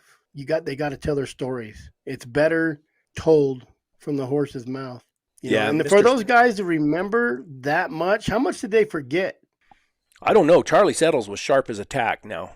A lot of those. Look at Dale Lee. God. Meticulous stories with just detailed, as detailed as you can get. Yes, sir. Good luck catching that skunk, Bone Pile. The other day when Dickerson and I were talking and started jarring our memories, and we got back into some of the details of the things that took place, 40 years ago. And it's good to have an opportunity to relive all of your experiences and histories, and for somebody to be interested. That's the main thing. I do have this Joel Garnett interview here, Benny. There you go. Huh. I'll be dang. Is it already edited? No. Brett, you got a lot of editing to do. It's a lot of work. Just on interviews. Well, and in order to get Brett to edit, get over to his spread shop and buy a Fat Lori shirt. Like I said, I to me, it fascinated me. I mean, that's why I did it. I mean, I was fascinated with Bruce Kennedy, going and interviewing all those guys. And then I thought, well, I can learn how to do this and do this myself. And I don't, and I'm not real good at advertising or doing nothing like that. Oh. And I didn't want to didn't want to make it where you had to, go buy a DVD or buy something from me. I wanted to make it public. And I just thought that there would be a lot of support, and probably my lack of advertising maybe didn't get it to the right people or anything like that. But I'm going to go ahead and finish them all out, get it done. Start getting them out there. That's that picture's from that Cass River Ranch. Jerry Quinn, the coons, said he sold the carcasses for $5. Bone pile. One day we're going to have a bone pile competition and see who can comment the fastest. Well, and all that stuff that he's catching. Brett and I know a guy in his younger days that was just as trashy and be just as proud to outproduce him. Your greyhound guy over in Roswell. Oh my gosh! But he made no bones about it. He was trashy. Oh, he loved it. He says, I love my dog just like I love my women. Trashy. He just loved to follow the dog. Let's see if I can find. I interviewed him too. Here's a shout out. Let's give a shout out to Jason with Full Cry real quick. The guy on the left of the coon pic is my dad. He's 87 now and loves his Full Cry magazine. So you can thank Jason for that, buying that magazine and keeping it going. That's another. Exactly. Yes. And that's a brave move. That's a brave move. In today's day and time, in today's day and time, with the internet and everything just being up there. Yeah. To buy print magazine and to keep a tradition going, really, is what it is. So out of the 100 people in here, you need to go to Full Cry and get it's $36 a year, guys. There should be to keep this guy going and doing articles. There should be 100 subscribers to Full Cry. I subscribe to it. FullCryMag.com. Right? Does anybody want to see a portion of the David Heiss interview? I gotta have a bunch of thumbs up. Trashy guy. Thumbs up, guys. Maybe they've all seen it before, because I think it is on the internet. There's 2 from me. You ever see it, Benny? Yes. I thought you had. I thought I called you up and told you better watch it. Yep. And I did right away. I was actually in the shower and I got out dripping wet and watched it because you told me that. How many dog handlers would be with 16 dogs? 1. Well, is that, I mean, what's the question? Is it how many people are capable of doing that, or how many guys would it take to have 16 dogs at once? I take 10. I've took 10, but usually when I had a 10 tied out. That's what I have my tie outs for. So I'd take 10 and then rotate them later on. I have hunted with as many 20 dogs on the ground, and it's really kind of cool in the brush. It looks like the whole hillside's wiggling. I've put probably 14 on the ground at a time. I'm not going to say what happened Chris after I put them on the ground, but hey, Brett, there's a lot of thumbs up, Sean. Let me see if I can. He's a member of azwda.com, and he's from Kentucky, guys. Let's see if I can get this. I don't know how long it is. I won't show the whole thing though. But throw some clips up. We need to do just.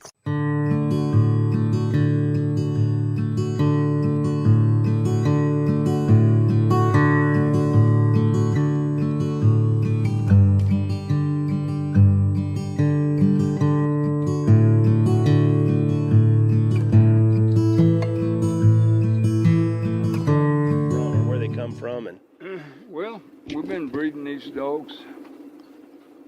Ranchers have been breeding them and stuff. It used to be, you could go to ranches around Portales and stuff, and there'd be greyhounds everywhere. When I was a kid growing up, everybody would take their greyhounds that wore out and had too many from the ranches, bring them to Roswell and drop them off in the poor part of town. They make a living eating out of garbage cans.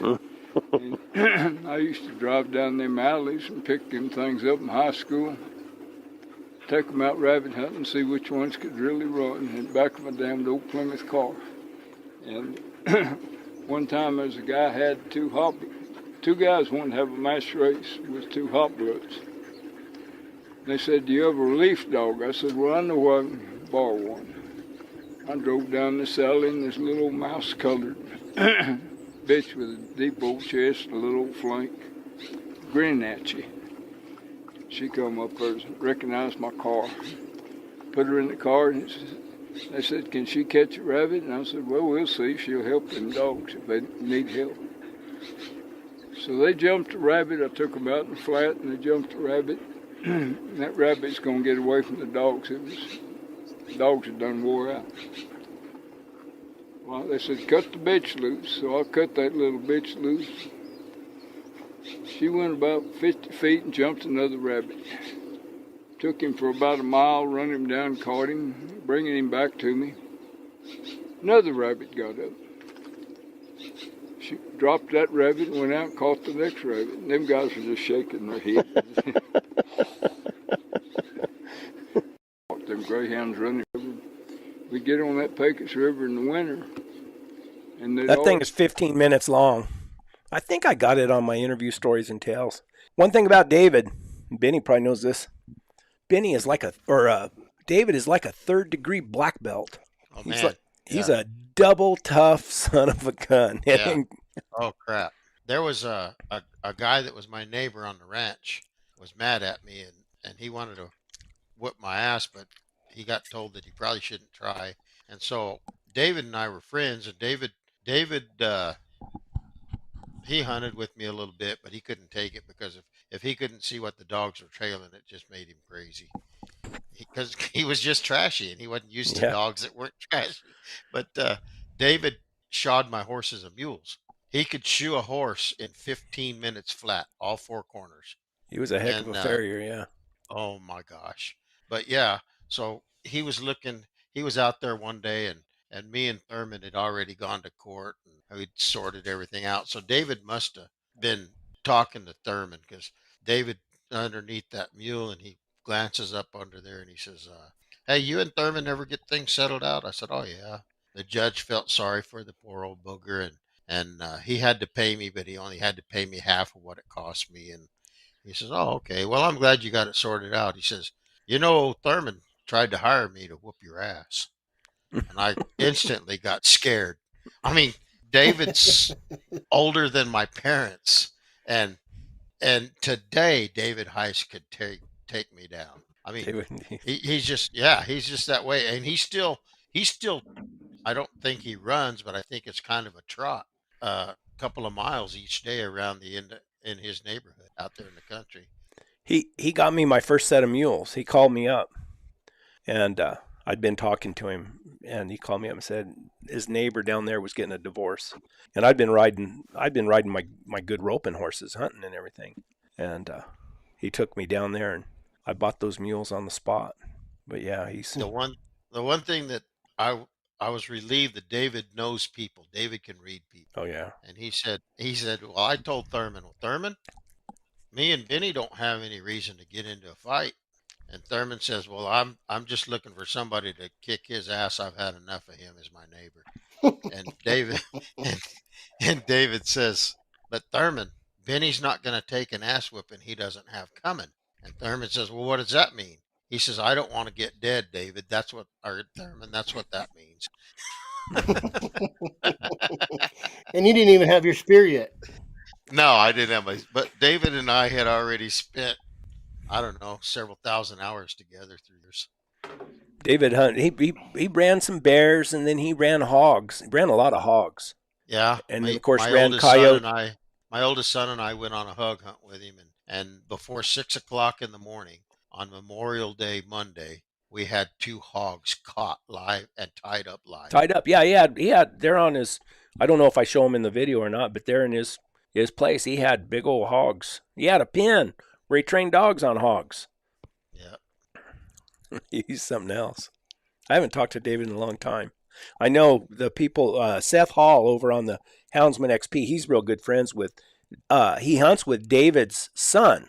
And I've only met David's son a couple times, but they hunt together. And then I think Seth even went over there and did an interview with him and put it on. I think they have it on their Patreon page on the. I guess Houndsman XP has a Patreon too, and yep. And Seth did the interview with David on their Patreon page. So there's another place you can go listen to David. Little shout out to Houndsman XP. Let him. I'll tell you, David presents himself as a poor backwoods hillbilly, and absolutely none of that is accurate. Wears those old denim bib overalls all the time. Oh, and he got a brand new pickup, and it was a Ford F-150, and he says, I can't get anything to stick to this truck. And the guy says, what do you mean? He says, I got all this magnetized stuff that I like to stick on my truck, and nothing will stick. He says, well, isn't that one of those new aluminum trucks? He says, oh, I don't know.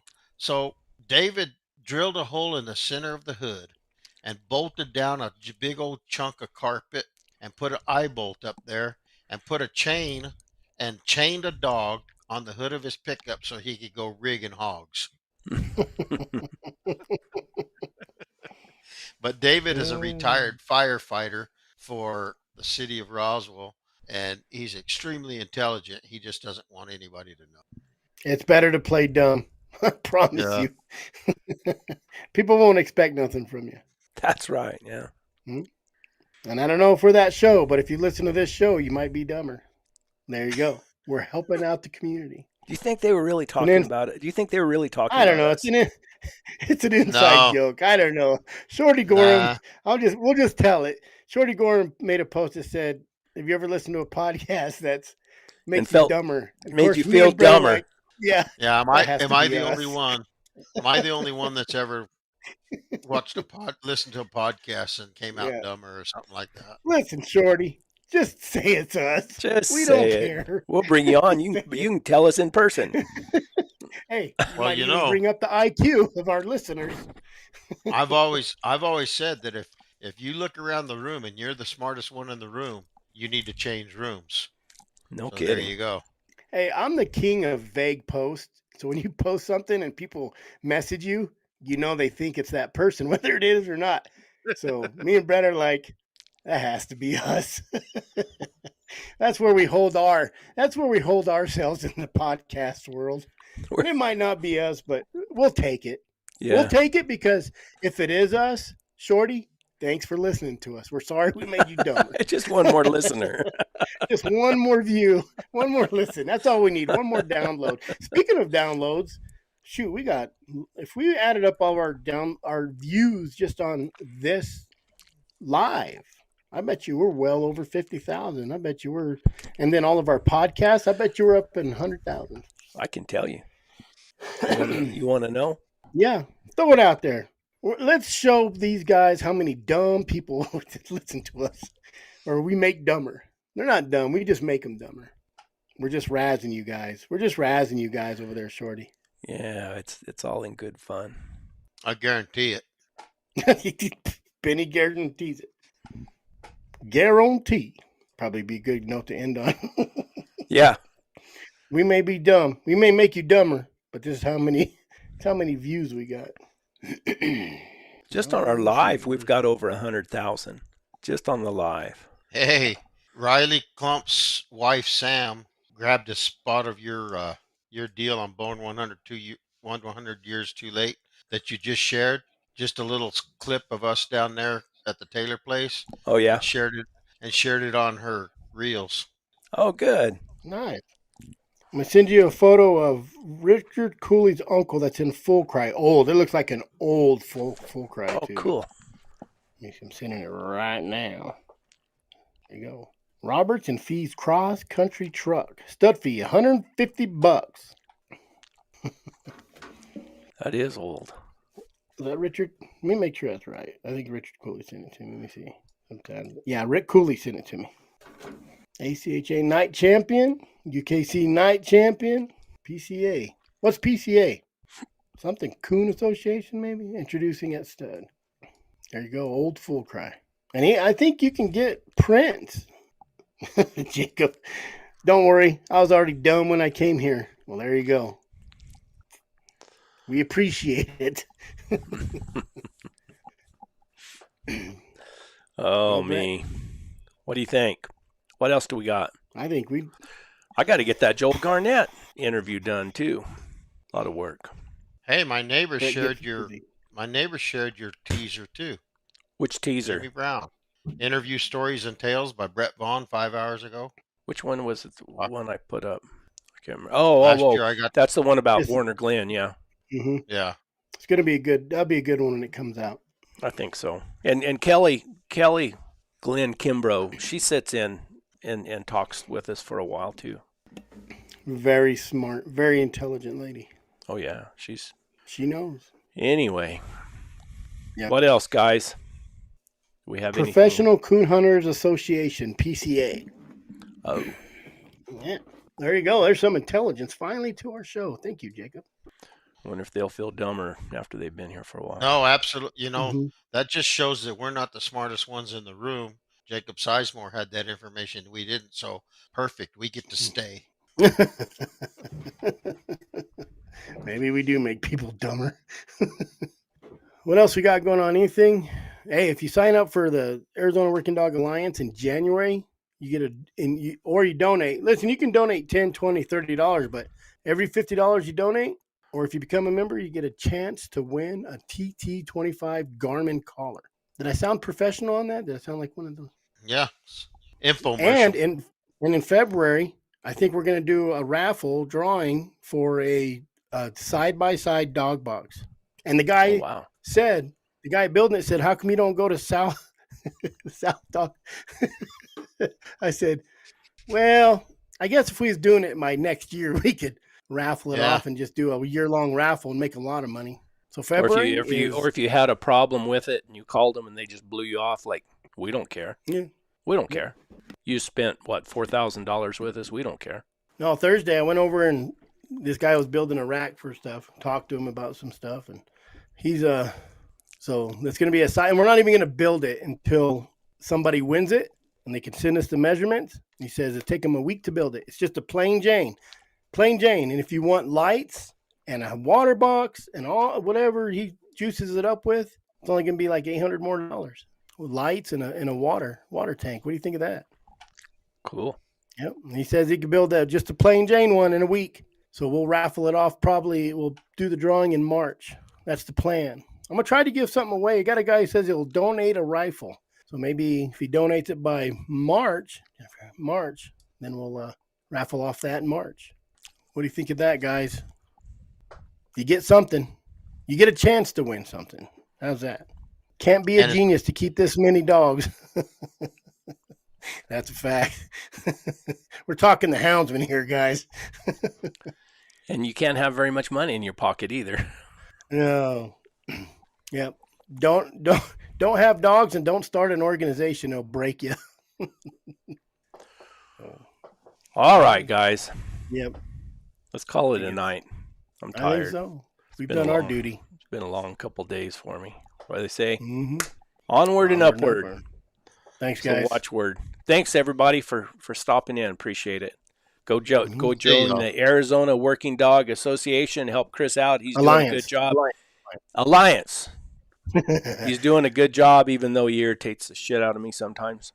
Yes, I do. Politics. You want to get Brett mad? Talk politics. So it's nothing personal. It's just me. Which is personal. All right, guys. Thanks a lot. I appreciate it. We'll see you guys. See you next. Hey, we might have what's his name? I talked to him. We weren't ready to get him. No. Guy from Maine that runs Bobcats. We're gonna try to get him on here. All right. I got a brain fart. All right. Yeah. But next week we got him scheduled for next Monday night. So I think if we get everything lined up right. He was supposed to come on this night, but he couldn't. Right. Well, and I had a bad week. I couldn't get with him and get everything lined up. So this coming week I'll work at it. All right. There you go. Bueno pues. Hasta luego. Adios. Brainwashed idiots.